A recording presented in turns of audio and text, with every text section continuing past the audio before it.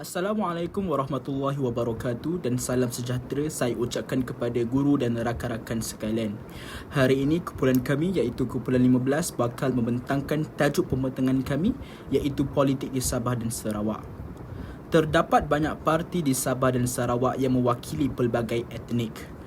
Perkembangan politik dipengaruhi struktur masyarakat majmuk di negeri tersebut. Politik di Sabah dan Sarawak lebih kompleks dan mengamalkan gabungan politik bagi membentuk kerajaan sejak tahun 1963 lagi. Perkembangan politik di Sabah dan Sarawak memperlihatkan pola yang hampir sama. Kemunculan parti politik merupakan reaksi kepada pembentukan Persekutuan Malaysia. Pelbagai etnik Bumiputera terpisah berasaskan etnik dan agama, iaitu antara agama Islam dan juga bukan Islam. Parti politik cuba mendapatkan sokongan daripada etnik tertentu dan pakatan antara pelbagai etnik telah diwujudkan. Parti Rakyat Bersatu Sarawak yang juga dikenali sebagai Sarawak United People's Party SUPP merupakan sebuah parti bercorak pelbagai kaum tetapi majoriti keahliannya terdiri daripada kaum Cina.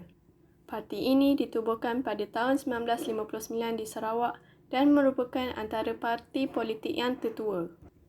Parti ini berubah dari sayap kiri, anti-Malaysia ke sebuah parti politik komponen yang kukuh di bawah Barisan Nasional tanpa melepaskan sokongan kaum Cina Sarawak.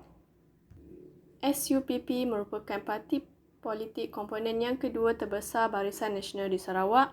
Walau bagaimanapun, pada 12 Jun 2018, SUPP mengumumkan secara sah bahawa mereka keluar daripada Barisan Nasional dan membentuk parti baharu iaitu Gabungan Parti Sarawak GPS bersama bekas-bekas parti komponen Barisan Nasional Sarawak. Terdapat beberapa objektif SUPP, antaranya ialah menjadi inspirasi etnik Bumiputera untuk menubuhkan parti memperjuangkan kepentingan dan kebajikan Bumiputera. Seterusnya, mewujudkan sikap sama rata bagi semua masyarakat tanpa mengira budaya dan kepercayaan. Selain itu juga, objektif SUPP adalah untuk menjaga dan mengekalkan kerajaan yang telah ditubuhkan berdasarkan demokrasi berparlimen dan akhir sekali, mempromosikan dan memastikan ekonomi dan budaya semua kaum mencapai tahap tinggi, khususnya bagi menaikkan taraf ekonomi di kalangan pekerja dan juga menaikkan taraf hidup mereka yang ketinggalan dalam ekonomi. Parti Kebangsaan Sarawak merupakan parti politik tertua bangsa Dayak Sarawak yang ditubuhkan pada 10 April 1961 di Betong oleh sekumpulan pekerja Shell yang berketurunan Iban yang berasal dari Saribas dan pekerja Shell di Brunei dan kawasannya berdekatan dengan Sarawak. Pengerusi yang pertama ialah J.S. Tinker dan Setiausaha Agung Snap pertama ialah Stephen Kalong Ningkat. Beliau seorang pembantu Hospital Syarikat Shell Brunei yang kemudiannya menjadi Presiden Snap dan seterusnya Ketua Menteri Sarawak yang pertama. Penubuhan Snap memberi pilihan kepada kaum Dayak bergerak dalam bidang politik, terutamanya kepada mereka yang tidak berminat menyertai mana-mana parti lain. Snap ditubuhkan sebagai reaksi kaum Dayak terhadap penubuhan SUPP, panas dan berjasa kerana sebagai kaum terpesar di Sarawak, kaum Dayak merasakan perlu untuk menubuhkan sebuah parti politik sendiri. Pada dasarnya, perjuangan Snap bertujuan untuk menjaga kepentingan kaum Iban, walaupun terdapat sebilangan kecil kaum Bidayu yang menyertai parti itu. Hal ini disebabkan kaum Iban merasakan kepentingan mereka kurang mendapat perhatian parti-parti politik yang sedia ada di Sarawak. Oleh itu, mereka mengusahakan penubuhan Snap. Snap telah mengubah perlembagaannya pada tahun 1963 untuk menerima alih bukan Dayak dan James Wong Kim Min telah menjadi ahli Cina Snap yang pertama dan kemudiannya Presiden Snap selama 22 tahun.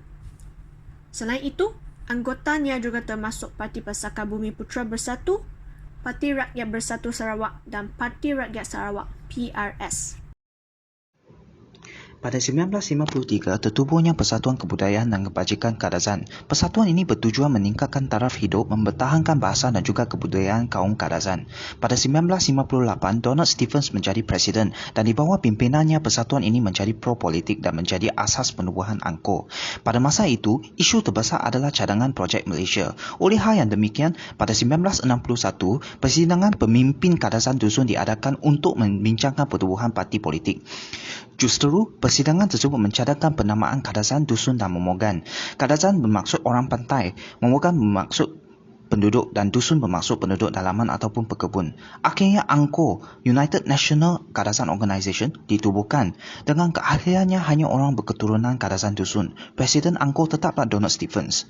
Namun begitu, Angkor terbelah kepada dua kerana mempunyai ahli yang tidak menyokong projek Malaysia dan tidak bersefahaman dengan Donald Stephens.